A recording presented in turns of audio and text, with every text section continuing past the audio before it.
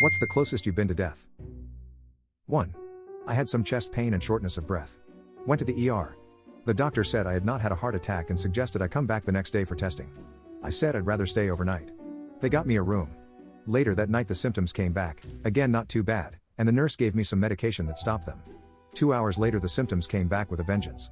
I told the nurse I could feel it coming on and it was a lot worse. Out I went. When I woke up, 3 nurses were working on me. The one on my right arm looked up at me and said, "There you are.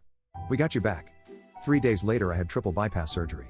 I'm doing great now, but I am convinced that if I had gone home that first night I wouldn't be here. 2.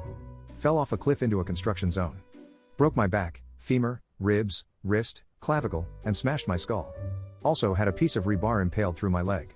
Got airlifted out, had many surgeries, including craniectomy, and was in a coma for 2 days. Definitely towed the line with the whole life or death thing. 3. In August 2023 I was feeling exhausted and just thought it was from an excessive heat wave. I eventually checked myself into the emergency room because I could hardly walk and I stated to notice blood in my stool. Come to find out I was in an anemic state and my blood level was around 5.0. Turns out I had a gastrointestinal tumor on my lower intestine that was causing bleeding.